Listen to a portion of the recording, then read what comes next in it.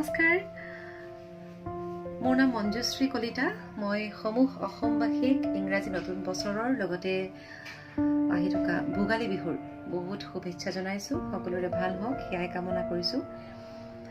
আৰু মোৰ ঘৰ ৰঙিয়াত, বৰ্তমান মই থাকোঁ গুৱাহাটী মহানগৰীৰ জয়ানগৰত থাকোঁ। কাম কৰি আছোঁ নিউজ লাইভত। প্ৰায় 3টা বছৰ সম্পূৰ্ণ কৰিলোঁ নিউজ লাইভত। খুব ভাল লাগে নিউজ লাইভৰ প্ৰতিজন সদস্যৰ লগত কাম কৰি ভাল লাগে।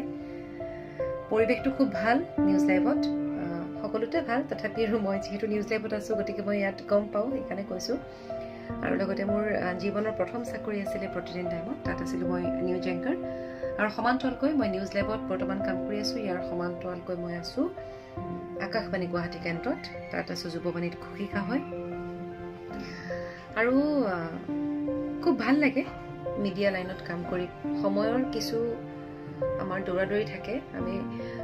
আমাৰ এনেকুৱা নহয় যে আমি 9 to 6 তেনেকুৱা আমাৰ এটা ফিক্স টাইমিং নাথাকে।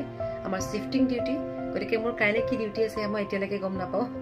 সন্ধিয়াৰ ভাগত গম পাম। আমাৰ ডিউটি লিষ্টখন ডেইলি বনায়, গতিকে সন্ধিয়াৰ ভাগত গম পাম। আৰু সেই ডিউটি লিষ্টখন পোৱাৰ পাছতহে আমি সেই পৰৱৰ্তী দিনটোত কি কাম কৰিম, সেইমতে ডিউটি লিষ্টখন পোৱাৰ পাছত আমি নিজে ঠিক কৰি লওঁ যে মোৰ ডিউটি মৰ্ণিং আছে, তোমাৰ এইকেইটা কাম ইভিনিঙত কৰিম। তেনেকুৱাকেই চলি থাকে। আৰু লগতে আজি মোক সোধা হৈছে, আচলতে এটা বিশেষ প্ৰশ্ন সোধা হৈছে, সাংবাদিকৰ প্ৰেমনো কি বেলেগ হ'ব ন? সাংবাদিকৰ প্ৰেম একেই হয়। প্ৰেমৰ অনুভৱ সকলোৰে একে, খুব মিঠা অনুভৱ। আৰু প্ৰেম সৰুৰে পৰা শুনি আহিছোঁ, প্ৰেম স্বৰ্গীয় অনুভূতি। নিশ্চয় প্ৰেম স্বৰ্গীয় অনুভূতি হয়। আৰু এটা কথা মই ক'লোৱে, সাংবাদিকৰ প্ৰেম বুলিতো একো সুকীয়া প্ৰেম হ'ব নোৱাৰে। প্ৰেম সকলোৰে বাবে একেই, একেখন অন্তৰ, অনুভৱবিলাকো একেই হয় সকলোৰে। চিকিৎসক হওক, পুলিচ হওক, সাংবাদিক হওক, আৰু স্কুলীয়া কোনোবা ছাত্ৰ ছাত্ৰী হওক, সকলোৰে একেই থাকে। আজি মোক আচলতে সোধা হৈছে যে সাংবাদিকে যিহেতু যথেষ্ট ব্যস্ততা, আমাৰ ব্যস্ত জীৱন, তাৰ মাজত কিদৰে সময় পায় সম্পৰ্কবিলাক চলাই নিবলৈ, সেইটো কথাত বিশেষকৈ সোধা হৈছে। গতিকে মই কওঁ যে যদি মোৰ লগত কোনোবা সম্পৰ্কত আছে, ৰিলেশ্যনত আছে, তেনেহ'লে আগতীয়াকৈতো গমেই পায় যে মোৰ লাইনটো কি, মই কি কাম কৰোঁ, আৰু মোৰ সময় কিমান, বা কেনেকুৱা ধৰণৰ, মই কেইটা বজাত অফিচত আহোঁ, কেইটা বজাত যাওঁ, মাজে মাজে কেনেকুৱা ধৰণৰ সময় পাওঁ। গতিকে সেইখিনি জানি বুজি যদি মোৰ লগত ৰিলেশ্যন কৰিছে, তেনেহ'লে নিশ্চয় বুজিব মোৰ কাম কি, মোৰ কিদৰে মই যেনেকৈ চলোঁ, তাৰ মাজে মাজে নিশ্চয় সকলোখিনি চলাই নিবলৈ চেষ্টা কৰোঁ আমি, আৰু চলাই নিওঁ তেনেকৈ। আৰু লগতে মই বিচাৰোঁ যে জীৱন সংগী হ'বলৈ হ'লে ইজনে সিজনক সন্মান কৰিব লাগে। লগতে যিটো কাম কৰোঁ, আচলতে মই মোৰ নিজৰ কামটোক মই ৰেচপেক্ট কৰোঁ, মই ভাল পাওঁ। লগতে মোৰ সংগীজনেও বিচাৰোঁ এই কামটোক মোৰ ৰেচপেক্ট কৰক, আৰু সেই সময়খিনি বুজক যে মই কেনেকৈ কটাইছোঁ সময়বিলাক, সেইখিনি অকণমান বুজি চলিলেই হ'ল। আৰু লগতে এনেকুৱা ধৰণৰ অভিজ্ঞতা প্ৰেমৰ ক্ষেত্ৰত হয়, কেতিয়াবা কথা পাতি থাকোঁ আমি ফোনত। মই সকলোৰে হৈ গৈছোঁ দেই, মোৰ নিজৰ কথা বুলি নহয়। আমি ফোনত কেতিয়াবা কথা পাতি থাকোঁ, আৰু পটককৈ কৈ দিয়ে যে এইমাত্ৰ ইমিডিয়েট নিউজ যাব। ধৰি লৈছোঁ যে 3টা বজাত, আবেলি 3টা বজাত নিউজ আছে, 3 বজাত নিউজ আছে, তো মই 2টা বাজিছে বা কথা পাতি বহি আছিলোঁ, 2টা বজাতে কৈ দিলে যে এইমাত্ৰ নিউজ যাব, অমুক এটা ঘটনা ঘটিছে, তো ইমিডিয়েট ষ্টুডিঅ' যাব লাগে। তো যিমান ইণ্টাৰেষ্টিং, যিমান গুৰুত্বপূৰ্ণ কথা পাতি নাথাকিলেও আধাতে সামৰি গুচি যাব লাগিব। আৰু সেইটোৱে, আৰু সিমানখিনি দৌৰাদৌৰি হৈ থাকে। আৰু তো এটা জাষ্ট উদাহৰণ। গতিকে এনেধৰণৰ ঘটনা ঘটি থাকে। আৰু কেতিয়াবা বুজাবলৈতো চান্স নাপাওঁ, ঘপককৈ ফোনটো কাটি পেলাই উঠি গুচি যাব লাগে, তেনেকুৱা হয়। আৰু সেইটোৱে।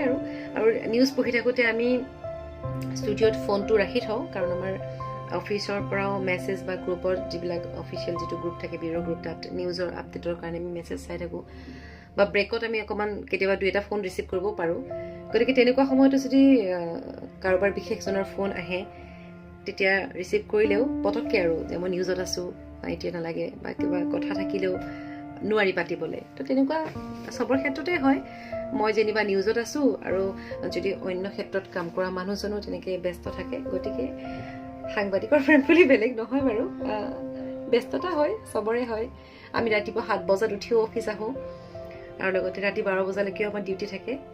গতিকে তেনেকৈ তাৰ মাজতেই সকলোখিনি চলাই নিছোঁ। আৰু সেয়াইতো জীৱন, নহয় জানো? তেনেকৈ চলি থাকিব লাগিব আৰু ন? সেইবুলি যে সাংবাদিকৰ প্ৰেমেই নহ'ব, সাংবাদিকৰ লগত প্ৰেম কৰিব নোৱাৰি বুলি কিন্তু নাভাবিব আপোনালোকে। সাংবাদিকৰ লগতো প্ৰেম কৰিব পাৰি, তেনেকুৱাই আৰু। বাকী আৰু কি, মোৰ প্ৰথম প্ৰেম সকলোৰে জীৱনতো প্ৰেম এবাৰ হ'লেতো প্ৰথম হ'বই বাৰু। সকলো কামেই জীৱনত প্ৰথমটো থাকেই আৰু প্ৰথমবাৰ কৰিবই লাগিব, তেতিয়াহে দ্বিতীয়বাৰ তৃতীয়বাৰ হয়। আৰু প্ৰেম মানুহৰ জীৱনত এবাৰ নহয়, বাৰে বাৰে হ'ব পাৰে, প্ৰেম হ'ব পাৰে। এবাৰ প্ৰেমত বিফলতা বা প্ৰেমত বিফল হ'লেই ভাবিব নালাগে যে মোৰ জীৱনটোৱে শেষ। নাই, শেষ য'ত আছে তাৰ পৰা আৰু আৰম্ভ হ'ব, তেনেকেই চলি থাকে জীৱন। গতিকে আৰু কি ক'ম আৰু, তেনেকেই আৰু। বাকী প্ৰেম কৰি থাকক, প্ৰেম কৰি থাকিলে নিজক ভাল পাওক, নিজক ভাল পালে নিজক ধুনীয়াকৈ ৰাখিব মন যাব, আৰু নিজক ধুনীয়াকৈ ৰাখক। ধুনীয়া বস্তু সকলোৰে ভাল লাগে, মন ধুনীয়া হৈ থাকিব ধুনীয়াকৈ থাকিলে।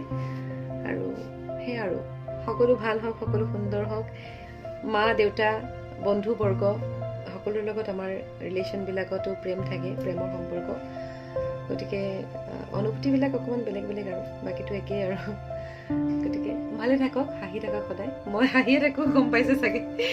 আৰু মই ভাবোঁ দেই, মানুহ আচলতে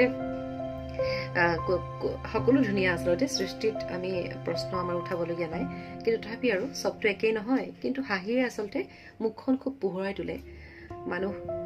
মানুহৰ বৰণ যেনেকুৱাই নহওক, ক'লা বগা, কিন্তু যদি আপুনি কাৰোবাৰ ফালে চাই বা সঁহাৰি জনাই হাঁহিৰে, তেতিয়া খুব পোহৰাই তোলে, নহয় জানো? গতিকে সদায় হাঁহি থাকিব আৰু সকলোৰে ভালেই হ'ব।